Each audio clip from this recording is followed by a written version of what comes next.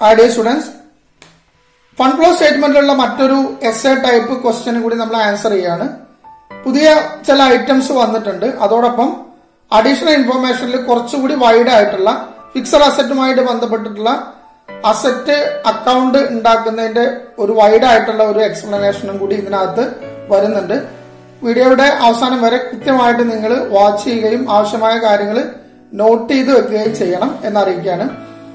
നേരത്തെ ഡിസ്കസ് ചെയ്ത schedule of changes in working ക്യാപിറ്റലിന്റെ പ്രിപ്പറേഷൻ, അതേപോലെ ഫണ്ട് ഫ്രം ഓപ്പറേഷന്റെ ഡീറ്റെയിൽ ആയിട്ടുള്ള ഒരു എക്സ്പ്ലനേഷൻ ഒന്നും നമ്മൾ ഇതിൽ നടത്തുന്നില്ല.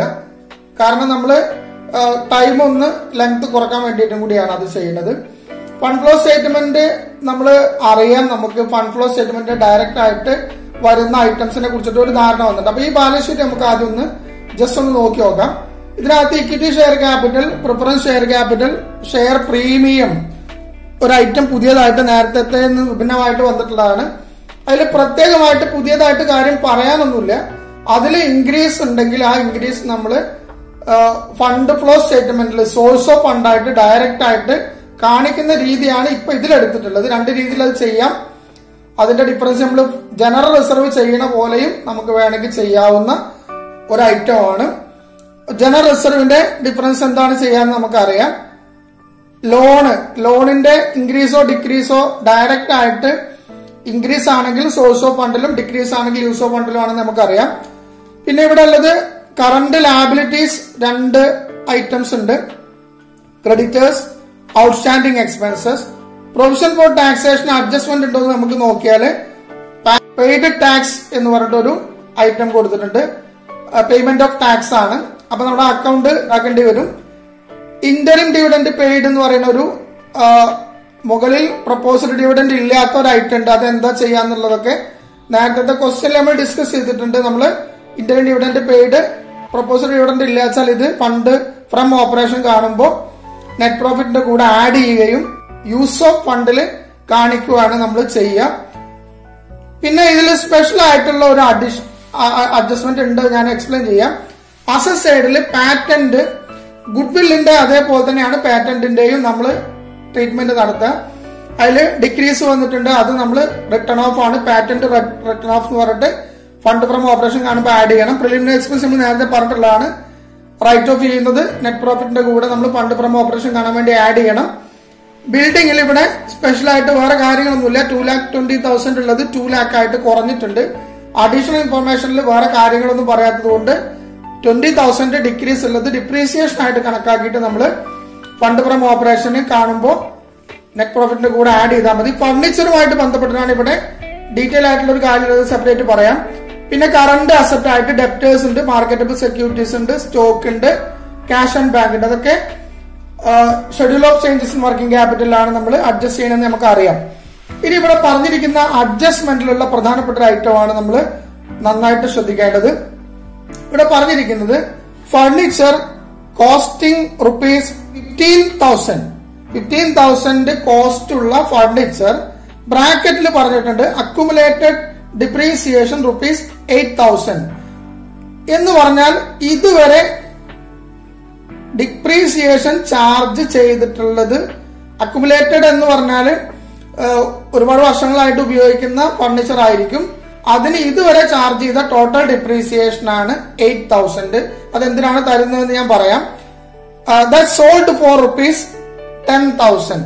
അതായത് 15,000, ഇതിന്റെ ആകെ തുക ഇതാണ്. 15,000 രൂപ കോസ്റ്റ് ഉള്ള അക്യുമുലേറ്റഡ് ഡിപ്രീസിയേഷൻ 8,000 ഇതുവരെ ചാർജ് ചെയ്തിട്ടുള്ള ഒരു ഫർണിച്ചർ 10,000 റുപ്പീസിന് വിറ്റു.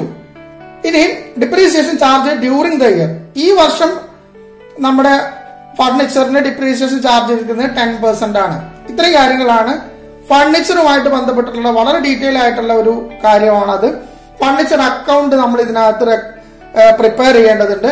ഫർണിച്ചർ അക്കൗണ്ടിന്റെ നിലവിലുള്ള നമുക്ക് ഒരു അക്കൗണ്ട് ഫിക്സഡ് അസറ്റ് എങ്ങനെയാണ് പ്രിപ്പയർ ചെയ്യാന്നുള്ളത് നമ്മൾ നേരത്തെ നമ്മുടെ പ്രോബ്ലം ചെയ്യുമ്പോൾ പറഞ്ഞിട്ടുണ്ടായിരുന്നു.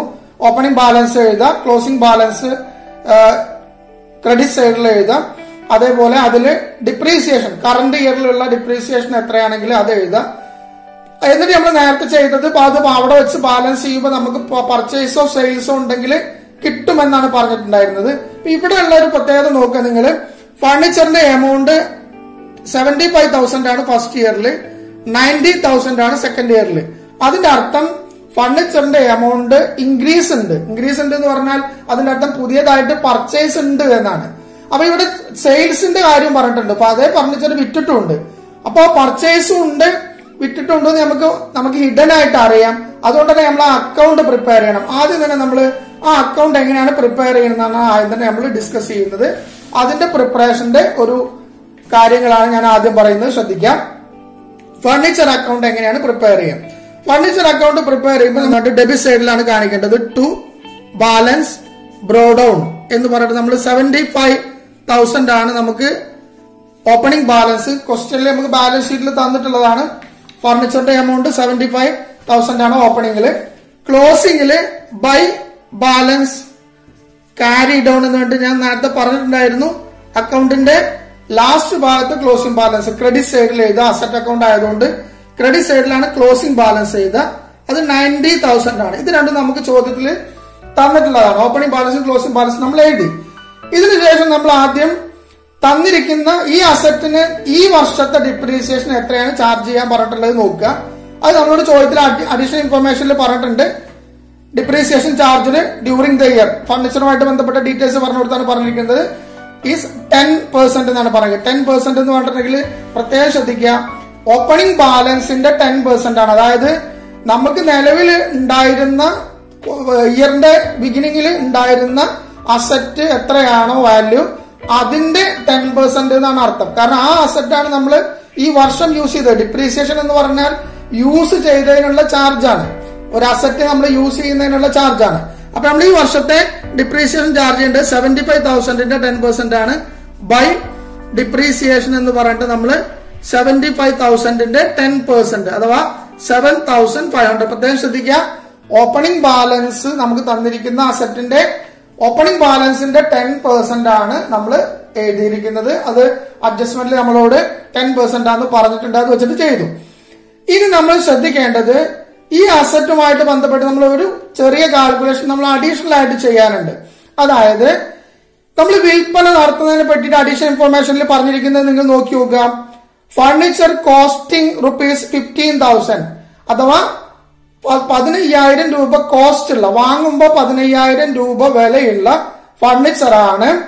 അതിന് അക്യുമുലേറ്റഡ് ഇതുവരെ നമ്മൾ അത് 8,000 രൂപയുടെ യൂസ് ഉണ്ടായിട്ടുണ്ട്. ഈ അക്യുമുലേറ്റഡ് ഡിപ്രീസിയേഷൻ എന്ന് പറഞ്ഞാൽ ഇതുവരെ നമ്മൾ ഉപയോഗിച്ചതിന്റെ ഡിപ്രീസിയേഷൻ ആണ്. അപ്പൊ ആൾറെഡി നമുക്ക് ഈ ഫർണിച്ചറിന് 15,000 റുപ്പീസിന് വാങ്ങിയതാണെങ്കിലും നിലവിൽ നമുക്ക് അതിന്റെ ബുക്ക് വാല്യൂ എന്ന് പറയുന്നത് എന്ന് പറഞ്ഞാല് നമ്മൾ വിൽക്കുന്ന സമയത്ത് നമുക്ക് ആ അസറ്റിന് നഷ്ടമില്ലാതെ വിൽക്കുകയാണെങ്കിൽ 15,000 8,000 മൈനസ് ചെയ്ത് 15,000 അതായത് ഇതിന്റെ കോസ്റ്റിൽ നിന്ന്, കോസ്റ്റ് ഓഫ് അസറ്റിൽ നിന്ന്, അസറ്റ് എന്ന് പറഞ്ഞാൽ ഈ ഫർണിച്ചർ ആണ്, അത് 15,000 ആണ്. അതിൽ നിന്ന് ഇതുവരെ ചാർജ് ചെയ്ത അക്യുമുലേറ്റഡ് ഡിപ്രീസിയേഷൻ നമ്മൾ എന്ത് ചെയ്യുന്നു? 8,000 മൈനസ് ചെയ്യുന്നു. എന്താണ് ചെയ്യുന്നതിന്റെ ലോജിക്? നമ്മളത് ഇത്രയും രൂപയ്ക്കുള്ള ഉപയോഗം അതുണ്ടായിട്ടുണ്ട്. അതാണ് ഡിപ്രീസിയേഷൻ എന്ന് പറഞ്ഞാൽ. അപ്പോ ബാക്കി നമുക്കുള്ള 7,000 രൂപയാണ് അതിന്റെ ബുക്ക് വാല്യൂ. അതിന് നമ്മൾ ബുക്ക് കോസ്റ്റ് എന്നോ അല്ലെങ്കിൽ അതിന്റെ ആക്ച്വൽ വാല്യൂ എന്നൊക്കെ പറയാം. Value of the furniture, book value of furniture. Book value of furniture നമുക്ക് തന്നിരിക്കുന്ന കോസ്റ്റിൽ നിന്ന് അക്യുമുലേറ്റഡ് ഡിപ്രീസിയേഷൻ കുറച്ചാൽ കിട്ടുന്നതാണ് ഇപ്പൊ നിലവിലുള്ള ബുക്ക് വാല്യൂ എന്ന് പറഞ്ഞത്. ഇതാണ് നമുക്ക് ഈ അസറ്റ് വിൽക്കുകയാണെങ്കിൽ നമുക്ക് കിട്ടേണ്ട ആക്ച്വൽ ആയിട്ടുള്ള എമൗണ്ട്. നമുക്ക് വിൽക്കുന്നത് ചോദ്യത്തിൽ പറഞ്ഞിട്ടുണ്ട്, ഇത് വിൽക്കുന്നത് ദാറ്റ് ഈസ് സോൾഡ് ഫോർ ₹10,000 എന്നാണ് പറയുന്നത്. അതായത് നമുക്ക് 10,000 രൂപയ്ക്കാണ് നമ്മൾ വിൽക്കുന്നത്. 7,000 രൂപ അതിന് ബുക്ക് വാല്യൂ ഉള്ളൂ. അതിന് നമുക്ക് വിൽക്കുകയാണെങ്കിൽ 7,000 രൂപ കിട്ടിയാൽ ലാഭം ഉണ്ടാവില്ല, നഷ്ടം ഉണ്ടാവില്ല. പക്ഷെ നമുക്ക് 10,000 രൂപയ്ക്കാണ് നമ്മൾ വിൽക്കുന്നത്. അപ്പൊ നമുക്ക് സ്വാഭാവികമായിട്ട് അതിന് മനസ്സിലാക്കാൻ നമുക്ക് എന്തുണ്ട്? അത് വിൽക്കുന്നതിലൂടെ 3,000 രൂപ പ്രോഫിറ്റ് ഉണ്ട്. ഇതിനെ പറയുന്ന അഥവാ ഈ 10,000 നമ്മൾ സെയിൽസ് പ്രൈസ് എന്നാണ് പറയാം. സെയിൽസ് ഈ ഫിക്സഡ് അസറ്റ് വിൽക്കുമ്പോൾ കിട്ടിയ എമൗണ്ടിന് സെയിൽസ്, അതിന്റെ സെയിൽസ്. ആ ഫിക്സഡ് അസറ്റിന്റെ 10,000 റുപ്പീസ് കിട്ടിയത് 7,000ഉം ഈ 10,000ഉം തമ്മിലുള്ള ഡിഫറൻസ് എന്ന് പറയുന്നത് പ്രോഫിറ്റ് ആണ്. ഇപ്പോ നമ്മൾ ഇതിന്റെ കൂടെ തന്നെ കാര്യം പറയാം. നമ്മളിത് വിൽക്കുന്നത് 5,000 രൂപക്കായിരുന്നു എന്ന് വിചാരിക്കാം. ഈ ഫിക്സഡ് അസറ്റ് വിറ്റത് ഫർണിച്ചർ വിറ്റത് 5000 രൂപക്കായിരുന്നെങ്കിൽ നമുക്ക് 2000 രൂപ നഷ്ടമായിരിക്കും. കാരണം 7000 രൂപയാണ് ബുക്ക് വാല്യൂ ഉള്ളത്. ഇത് വിൽക്കുമ്പോൾ ആക്ച്വൽ ആയിട്ട് കിട്ടേണ്ട വാല്യൂ ആണ് ബുക്ക് വാല്യൂ. അപ്പോ ഇവിടെ നമുക്ക് 10000 രൂപയ്ക്ക് വിൽക്കുന്നതുകൊണ്ട് 3000 രൂപ profit on sale of fixed asset എന്ന് പറയുന്ന ഐറ്റമാണ്. നമ്മൾ നേരത്തെ ഫണ്ട് ഫ്രം ഓപ്പറേഷൻ കാണുമ്പോൾ അതിൽ നിന്ന് ലെസ് ചെയ്യുന്ന ഫിഗറിന്റെ കൂടെ നമ്മൾ കണ്ടിട്ടുള്ള ഒരു ഐറ്റമാണ് profit on sale of fixed asset. അതാണ് ഇപ്പൊ നമുക്ക് കിട്ടിയത്. ഇത് വളരെ സിമ്പിൾ ആയിട്ട് നിങ്ങൾക്ക് മനസ്സിലാക്കാവുന്നതേ ഉള്ളൂ. ചോദ്യത്തില് നമുക്ക് വിൽക്കുന്ന അസറ്റിന്റെ കോസ്റ്റ് എത്രയാണെന്നും അതിന് ഇതുവരെ ചാർജ് ചെയ്ത ഡിപ്രീസിയേഷൻ എത്രയാണെന്നും അത് എത്ര രൂപയ്ക്കാണ് വിൽക്കുന്നത് എന്നും നമ്മളോട് പറയും. ഈ 3 കാര്യങ്ങൾ പറയുമ്പോൾ ലാഭമാണോ നഷ്ടമാണോ നമുക്ക് നോക്കിയാൽ തന്നെ മനസ്സിലാവും. അഥവാ നമ്മൾ വാങ്ങിയ പ്രൈസിൽ നിന്ന് ഇതുവരെ ചാർജ് ചെയ്ത ഡിപ്രീസിയേഷൻ കുറച്ച് ബാക്കിയുള്ളതാണ് ബുക്ക് വാല്യൂ. അതിൽ നിന്ന് അതും നമ്മൾ വിൽക്കുന്ന സെയിൽസ് പ്രൈസിൽ തമ്മിലുള്ള ഡിഫറൻസ് നോക്കിയാൽ നമുക്ക് പ്രോഫിറ്റ് ആണോ ലോസ് ആണോ എന്ന് മനസ്സിലാക്കാൻ പറ്റും. ഇതാണ് ഇപ്പൊ നമ്മളിവിടെ കണ്ടത്. ഈ കിട്ടിയ പ്രോഫിറ്റ് ഓൺ സെയിൽ എന്ന് പറയുന്നത് നമ്മൾ കണ്ടുപിടിച്ചത് എന്തിനാന്ന് വെച്ചാൽ ഈ അക്കൗണ്ടിന്റെ ഫർണിച്ചർ അക്കൗണ്ടിന്റെ ഡെബിറ്റ് സൈഡിൽ to profit and loss account എന്ന് പറഞ്ഞിട്ട് ഈ എമൗണ്ട് നമ്മൾ കാണിക്കണം. അതായത് ഇത് പ്രോഫിറ്റ് ആണ്, പ്രോഫിറ്റ് ഓൺ സെയിൽ ആണ്, പ്രോഫിറ്റ് ഓൺ സെയിൽ. ഈ പ്രോഫിറ്റ് ഓൺ സെയിൽ നമ്മൾ ഈ അക്കൗണ്ടിന്റെ ഡെബിറ്റ് സൈഡിൽ കാണിക്കണം. പ്രത്യേകം ശ്രദ്ധിക്കുക, ലോസ് ആയിരുന്നുവെങ്കിൽ നമ്മൾ ക്രെഡിറ്റ് സൈഡിലാണ് കാണിക്കുക by profit and loss account. എന്നിട്ട് ലോസ് ഓൺ സെയിൽ എന്ന് വേണ്ടി നമ്മൾ ഈ അക്കൗണ്ടിന്റെ ക്രെഡിറ്റ് സൈഡിൽ കാണിക്കും. അപ്പൊ ഈ എമൗണ്ട് നമ്മൾ റഫ് ആയിട്ടാണ് കാൽക്കുലേറ്റ് ചെയ്യേണ്ടത്. ഈ പ്രോഫിറ്റ് ഓൺ സെയിലോ ലോസ് ഓൺ സെയിലോ ഉണ്ടോ എന്ന് നമ്മൾ റഫ് ആയിട്ട് കാൽക്കുലേറ്റ് ചെയ്തിട്ട് അത് ഇവിടെ എഴുതണം. ഇതാണ് നമ്മൾ ഫർണിച്ചർ അക്കൗണ്ടിൽ അല്ലെങ്കിൽ അസറ്റ് അക്കൗണ്ടിൽ നമ്മൾ എക്സ്ട്രാ ആയിട്ടുള്ള ഒരു കാര്യം പ്രത്യേകം ശ്രദ്ധിക്കാം. ഇനി നമ്മൾ പ്രത്യേകം എഴുതേണ്ടത് നേരത്തെ നമ്മൾ പറഞ്ഞ ഈ അക്യുമുലേറ്റഡ് ഡിപ്രീസിയേഷൻ ഉണ്ടല്ലോ, അത് നമ്മൾ ഈ അക്കൗണ്ടിൽ കാണിക്കണം. Accumulated depreciation by depreciation accumulated അല്ലെങ്കിൽ അക്യുമുലേറ്റഡ് ഡിപ്രീസിയേഷൻ എന്ന് പറഞ്ഞിട്ട് 8000 രൂപ നമ്മൾ ഈ അക്കൗണ്ടിന്റെ ക്രെഡിറ്റ് സൈഡിൽ കാണിക്കണം. നമ്മൾ ഈ വർഷത്തെ ഡിപ്രീസിയേഷൻ കാണിക്കുന്നതിന്റെ കൂടെ തന്നെ ഇതും കാണിക്കുക. ഇനി നമ്മൾ ഇവിടെ സെയിൽസിന്റെ എമൗണ്ട് നമുക്കറിയാം ക്രെഡിറ്റ് സൈഡിലാണ് കാണിക്കുക ബൈ ക്യാഷ് എന്ന് പറഞ്ഞിട്ട് സെയിൽസിന്റെ എമൗണ്ട്. സെയിൽസ് പറഞ്ഞാല് അസറ്റ് വിറ്റ എമൗണ്ട്, ആക്ച്വൽ ആയിട്ട് നമ്മൾ കിട്ടിയ എമൗണ്ട്. ഇത് 10000 രൂപയ്ക്കാണ് വിറ്റിട്ടുള്ളത്. ആ 10000 ആണ് കാണിക്കേണ്ടത് സെയിൽസ് എന്ന് പറഞ്ഞിട്ട്. ആക്ച്വൽ ആയിട്ട് നമുക്ക് കിട്ടിയ എമൗണ്ട് വിറ്റപ്പോ 10000 രൂപയ്ക്കാണ് വിറ്റിട്ടുള്ളത്, അത് ഇവിടെ കാണിക്കാം. ഇത്രയും കാണിച്ചു കഴിഞ്ഞാൽ ഈ അക്കൗണ്ടിൽ നമുക്ക് ഇനി ബാലൻസ് ചെയ്യേണ്ട സമയമാണ്. പ്രത്യേകം ഇതിന് ബാലൻസ് വരികയാണെന്ന് വെച്ചാൽ അതിന്റെ അർത്ഥം നമുക്ക് പുതിയതായിട്ട് പർച്ചേസ് ഉണ്ട് എന്നുള്ളതാണ്. സെയിൽസ് ആണ് ഇവിടെ തന്നിട്ടുള്ളത്. അത് വെച്ചിട്ട് നമ്മള് ഈ അക്കൗണ്ടിൽ ഇതുവരെയുള്ള ഡീറ്റെയിൽസ് ഒക്കെ എഴുതി എന്തൊക്കെയാണ് നേരത്തെ എഴുതിയതെന്ന് വ്യത്യസ്തമായിട്ട് എഴുതിയെന്ന് പ്രത്യേകം നോക്കുക. നേരത്തെ നമ്മൾ അസറ്റ് അക്കൗണ്ട് ഉണ്ടാക്കിയപ്പോ ഈ 3 ഐറ്റം ഉണ്ടായിരുന്നുള്ളൂ. ഓപ്പണിംഗ് ബാലൻസും ക്ലോസിംഗ് ബാലൻസും ഡിപ്രീസിയേഷനും മാത്രമേ ഉണ്ടായിരുന്നുള്ളൂ. അത് 3 എഴുതിയിട്ട് നമ്മൾ ബാലൻസ് ചെയ്തപ്പോൾ സെയിൽസോ പർച്ചേസോ കിട്ടി. പക്ഷെ ഇവിടെ നമ്മൾ പുതിയതായിട്ട് 3 ഐറ്റം വന്നു. ഒന്ന് ഈ വിൽക്കുന്നതിന്റെ ഡിപ്രീസിയേഷൻ, 2 വിറ്റ് കിട്ടിയ എമൗണ്ട്, പിന്നെ പ്രോഫിറ്റോ ലോസോ ഉണ്ടോ എന്ന് നമ്മൾ കണ്ടുപിടിച്ചിട്ട് അത് ഇവിടെ പ്രോഫിറ്റ് കിട്ടി അത് ഡെബിറ്റ് സൈഡിൽ എഴുതി. എന്നിട്ട് നമ്മളിത് ബാലൻസ് ചെയ്യുക. ബാലൻസ് ചെയ്യുമ്പോൾ ഇത് 1,15,000 ആണ്, 15,500 ആണ് ടോട്ടൽ വരുന്നത്. 1,15,500. 1,15,500ൽ ഈ 78,000 മൈനസ് ചെയ്ത് കഴിഞ്ഞാൽ 37,500 ആണ്. അത് ഡെബിറ്റ് സൈഡിലാണ് നമുക്ക് ബാലൻസ് കിട്ടുന്നത്. അതാണ് ടു ക്യാഷ് അഥവാ പർച്ചേസ് ഓഫ് ഫിക്സഡ് അസറ്റ് അഥവാ ഫർണിച്ചർ, പർച്ചേസ് ഓഫ് ഫർണിച്ചർ. ഇപ്പൊ ഇത് നമുക്ക് മനസ്സിലായത് ഈ ബാലൻസ് ചെയ്തപ്പോ നേരത്തെ നമ്മളവിടെ കണ്ടപ്പോ തന്നെ മനസ്സിലായിരുന്നു ബാലൻസ് 75,000 ഉള്ളത്, ഓപ്പണിംഗ് ഉള്ളത് 90,000 ആയിട്ടുണ്ട്. അപ്പൊ തന്നെ നമുക്ക് പർച്ചേസ് എന്ന് മനസ്സിലായി. പർച്ചേസ് എത്ര രൂപയുടെ ആണെന്നുള്ളത് നമ്മൾ ഇവിടെ കണ്ടുപിടിച്ചത്. ഇനി നിങ്ങൾ ശ്രദ്ധിക്കുക, ഇവിടെ നമ്മൾ എഴുതിയ ഐറ്റംസ് ഓരോന്നും നമ്മൾ കാണിക്കേണ്ടത് എങ്ങനെയാണ് നമുക്ക് അറിയണം. നേരത്തെ നമ്മൾ ഈ ഡിപ്രീസിയേഷൻ നമ്മൾ പറഞ്ഞിട്ടുണ്ടായിരുന്നു, അത് ഫണ്ട് ഫ്രം ഓപ്പറേഷൻ കാണുമ്പോൾ നെറ്റ് പ്രോഫിറ്റ് കൂടെ ആഡ് ചെയ്യും. അതേപോലെ ഈ ഡിപ്രീസിയേഷനും ആഡ് ചെയ്യണം. ഈ 2 ഡിപ്രീസിയേഷൻ കൂടി ഒന്നിച്ചോ അല്ലെങ്കിൽ വേറെ വേറെയോ നമുക്ക് ഫണ്ട് ഫ്രം ഓപ്പറേഷൻ കാണുമ്പോൾ ആഡ് ചെയ്യണം. അതേപോലെ ഈ പ്രോഫിറ്റ് ഓൺ സെയിൽ എന്ന് പറയുന്നത് നെറ്റ് പ്രോഫിറ്റിൽ നിന്ന് ലെസ് ചെയ്യേണ്ട ഐറ്റമാണ് ഫണ്ട് ഫ്രം ഓപ്പറേഷൻ കാണുമ്പോൾ. ഈ ബൈ ക്യാഷ് എന്ന് പറയുന്നത് സെയിൽസ് ആണ്, അത് സോഴ്സ് ഓഫ് ഫണ്ടിലും. ടു ക്യാഷ് എന്ന് പറയുന്നത് പർച്ചേസ് ഓഫ് ഫർണിച്ചർ ആണ്, അത് യൂസ് ഓഫ് ഫണ്ടിലും നമ്മൾ കാണിച്ചാൽ ഈ അക്കൗണ്ടുമായിട്ട് ബന്ധപ്പെട്ട നമ്മൾ ഈ അഡീഷണൽ ആയിട്ട് ചെയ്ത കാര്യങ്ങളൊക്കെ എവിടെയാണ് കാണിക്കേണ്ടതെന്ന് കൂടി നമുക്ക് മനസ്സിലാക്കാൻ പറ്റും. ഓക്കെ, ഇത് ഫർണിച്ചർ അക്കൗണ്ടിന്റെ കാര്യമാണ്. ഞാൻ ഡീറ്റെയിൽ ആയിട്ട് പറഞ്ഞത് നമ്മൾ നേരത്തെ പറയാത്തൊരു കാര്യം ആയതുകൊണ്ടാണ്. ഇനി schedule of changes working capital ഞാൻ എക്സ്പ്ലെയിൻ ചെയ്യുന്നില്ല. നമുക്കറിയാം കറന്റ് അസറ്റ്സ് കാണിച്ചിട്ട് അതിൽ ഇൻക്രീസ് ഉണ്ടെങ്കിൽ ഇൻക്രീസ് കോളത്തിലും ഡിക്രീസ് ഉണ്ടെങ്കിൽ ഡിക്രീസ് കോളത്തിലും കാണിക്കാം. കറന്റ് ലാബിലിറ്റീസ് ഇൻക്രീസ് ഉണ്ടെങ്കിൽ ഡിക്രീസ് കോളത്തിലും ഡിക്രീസ് ഉണ്ടെങ്കിൽ ഇൻക്രീസ് കോളത്തിലും കാണിക്കുക, എന്നിട്ട് ബാലൻസ് ചെയ്യുക. ഈ ചോദ്യത്തിൽ നമ്മളത് ബാലൻസ് ചെയ്തപ്പോ 18,000 നെറ്റ് ഇൻക്രീസ് കിട്ടിയിട്ടുണ്ട്. കൂടുതലുള്ളത് ഇൻക്രീസ് ആണ്, അതുകൊണ്ട് നെറ്റ് ഇൻക്രീസ് 18,000 കിട്ടിയിട്ടുണ്ട്. ജസ്റ്റ് ഒന്ന് നോക്കി വെക്കുക. ഇതാണ് schedule of changes in working capital. പിന്നെ ഈ അക്കൗണ്ടിൽ പ്രൊവിഷൻ ഫോർ ടാക്സേഷൻ അക്കൗണ്ട് ഉണ്ടാക്കാനുണ്ട്. കാരണം ഇതിനകത്ത് ടാക്സ് പെയ്ഡ് പറഞ്ഞിട്ടുണ്ട്. ആ അക്കൗണ്ട് നമ്മൾ നേരത്തെ ഉണ്ടാക്കിയിട്ടുണ്ട്. ഞാൻ സ്പീഡായിട്ട് ഞാനൊന്ന് പറയാണ്. ഓപ്പണിംഗ് ബാലൻസ് എഴുതുക. നമുക്ക് 4,000 ആണ് ഓപ്പണിംഗ് ബാലൻസ് ചോദ്യത്തിൽ തന്നിട്ടുണ്ട്. ബാലൻസ് ഷീറ്റിനകത്ത് പ്രൊവിഷൻ ഫോർ ടാക്സേഷൻ ആയിട്ട് 4,000 ആണ് ഓപ്പണിംഗ്, 7,000 ആണ് ക്ലോസിംഗ്. അത് നമ്മൾ ഓപ്പണിംഗ് ക്രെഡിറ്റ് സൈഡിലും ക്ലോസിംഗ് ഡെബിറ്റ് സൈഡിലും നമ്മൾ എഴുതി. അതിനുശേഷം ടാക്സ് പെയ്ഡ് ആണ് നമുക്ക് ചോദ്യത്തിൽ തന്നിട്ടുള്ളത്. ടാക്സ് പെയ്ഡ് നമ്മൾ ടു ക്യാഷ് എന്ന് പറഞ്ഞാണ് എഴുതാൻ നമ്മൾ നേരത്തെ പറഞ്ഞിട്ടുണ്ട്. അത് നമ്മൾ തന്നത് ഇവിടെ എഴുതുന്നു. എന്നിട്ട് ബാലൻസ് ചെയ്യാം. ബാലൻസ് ചെയ്യുമ്പോൾ ഇവിടെ 9,000 ആണ് ടോട്ടൽ വരുന്നത്, കൂടുതൽ വരുന്നത്. ബാലൻസ് വരുന്നുണ്ട്, ബാലൻസ് 5,000 ആണ് ക്രെഡിറ്റ് സൈഡിന്. ആ കിട്ടുന്നതിന് നമ്മൾ എന്താണ് പറയാ, നമ്മൾ നേരത്തെ പറഞ്ഞിട്ടുണ്ട് ബൈ പ്രൊവിഷൻ. ഇതാണ് ന്യൂ പ്രൊവിഷൻ ഓൺ ടാക്സേഷൻ. ഈ ന്യൂ പ്രൊവിഷൻ ആണ് നമ്മൾ നെറ്റ് പ്രോഫിറ്റിന്റെ കൂടെ ആഡ് ചെയ്യേണ്ടത്.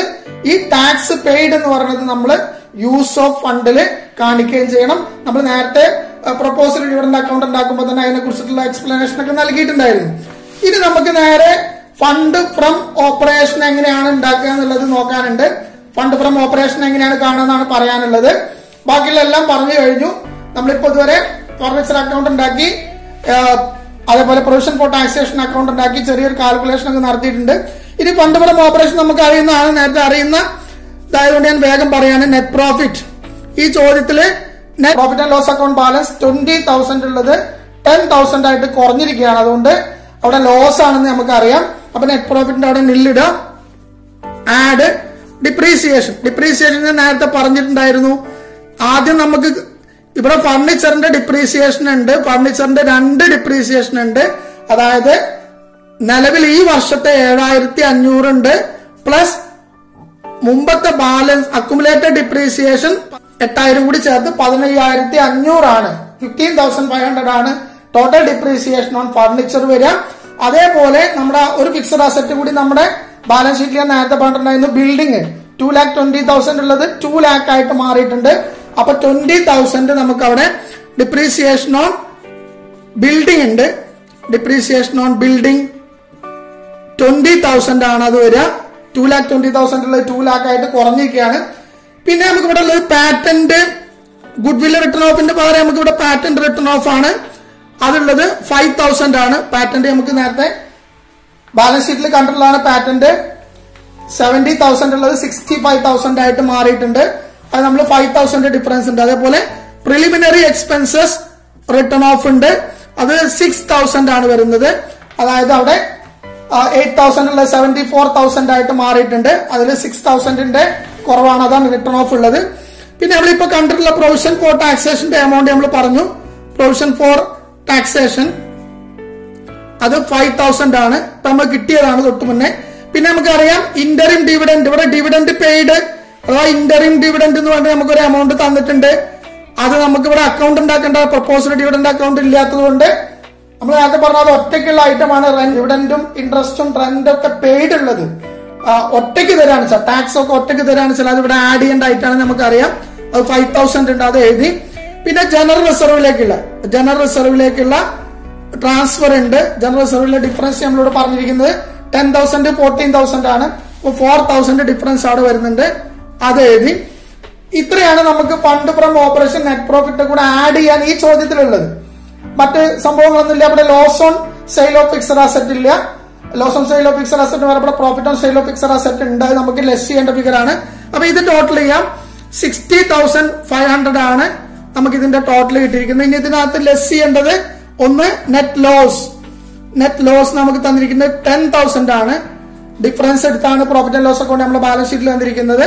പിന്നെ നമ്മളിപ്പോ പറഞ്ഞ profit on sale of furniture വിറ്റപ്പോ കിട്ടിയ പ്രോഫിറ്റ് നമ്മൾ ലെസ് ചെയ്യേണ്ട ഐറ്റമാണ്. 3,000 ആണ് അതുള്ളത്.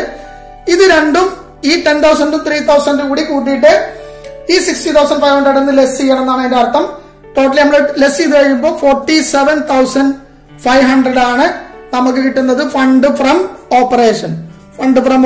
ഇപ്പൊ കിട്ടിക്കഴിഞ്ഞു. ഇപ്പൊ നമുക്ക് ഫണ്ട് ഫ്ലോ സ്റ്റേറ്റ്മെന്റ് ഉണ്ടാക്കാനുള്ള എല്ലാ ഐറ്റംസും നമുക്കായി. ഇനി ഫണ്ട് ഫ്ലോ സ്റ്റേറ്റ്മെന്റിലേക്ക് വരാം.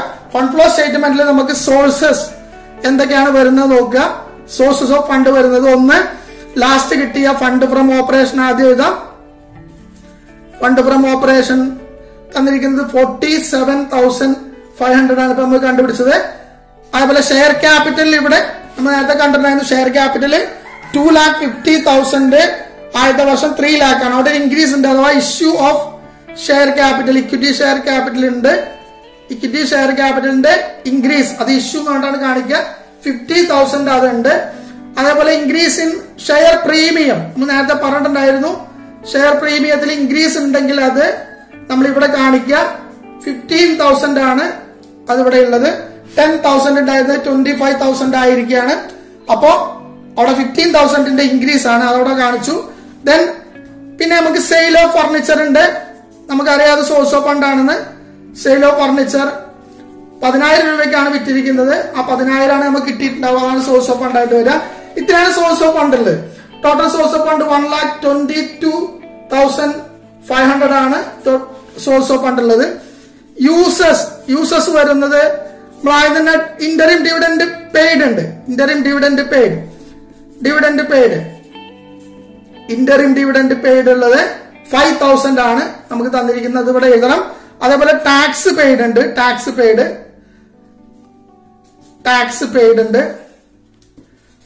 നമുക്ക് 2,000 ആണ് കിട്ടിയിട്ടുള്ളത്. ടാക്സ് പെയ്ഡ് 2,000 ആണ് കിട്ടിയിട്ടുള്ളത്. അതേപോലെ repayment of redemption of preference share capital ഉണ്ട്. Redemption of preference share capital നമ്മൾ നേരത്തെ ബാലൻസ് ഷീറ്റിൽ കണ്ടിട്ടുണ്ടായിരുന്നു. അത് കുറവാണ്. ആദ്യത്തെ വർഷത്തേക്കാൾ രണ്ടാമത്തെ വർഷം 1,50,000 ഉണ്ടായിരുന്നത് 1 lakh ആയിട്ട് കുറഞ്ഞിട്ടുണ്ട്. ദാറ്റ് ഈസ് 50,000 നമ്മൾ തിരിച്ചു കൊടുത്തു എന്നാണ്. അതിനാണ് നമ്മൾ റിഡംഷൻ എന്ന് പറയാം. റീപേയ്മെന്റ് എന്നോ റിഡംഷൻ എന്നൊക്കെ പറയാം. Redemption of preference share capital 50,000 ഉണ്ട്.